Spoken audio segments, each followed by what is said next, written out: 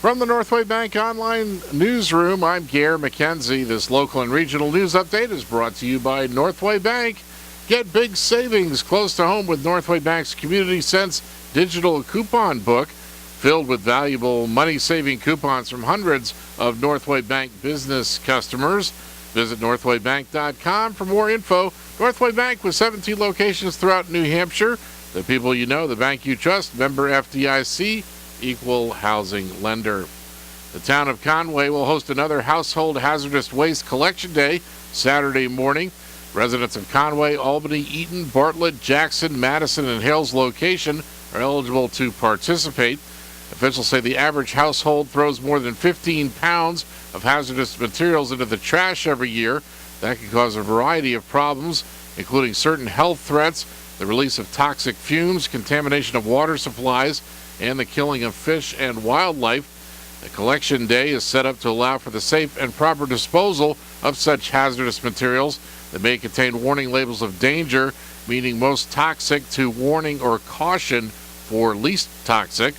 Collection hours Saturday morning will run from 8 o'clock until 11:30 at the Conway Transfer Station, 755 East Conway Road.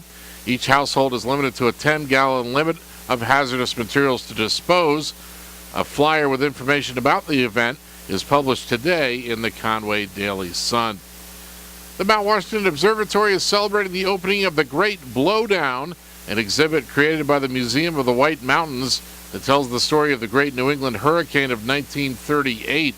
Also known as the Yankee Clipper and the Long Island Express, the hurricane hit the northeastern U.S. as a Cat 3 storm, and long before today's technological tools of radar and satellite imagery. Causing widespread destruction from New Jersey to Canada, the storm killed more than 600 people and remains the most powerful and deadliest hurricane in the history of New England. Tomorrow is the 75th anniversary of the infamous storm.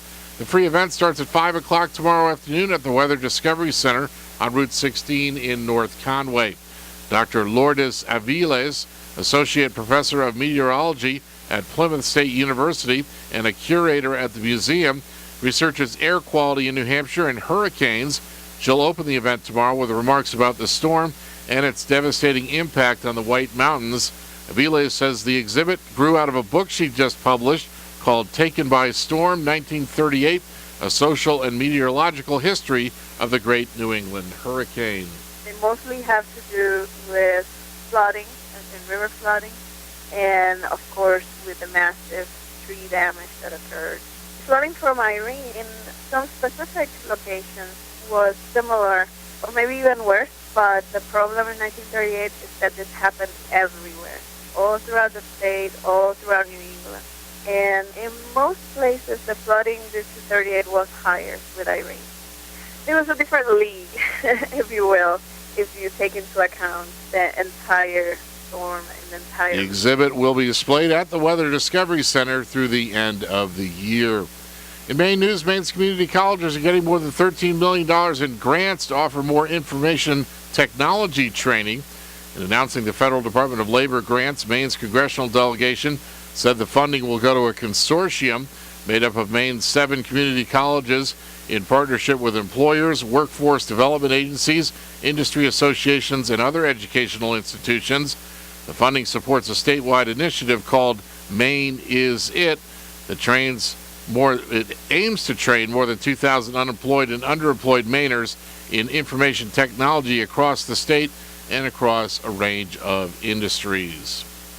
In sports, the Baltimore Orioles beat the Boston Red Sox 5-3 last night. In the weather, sunny today, highs the upper 70s with light winds. Clear tonight, patchy fog after midnight, lows in the lower 40s, upper 40s in southern Carroll County with light winds, and patchy fog in the morning Friday, mostly sunny with highs in the mid-70s. From the Northway Bank Online Newsroom, I'm Gare McKenzie.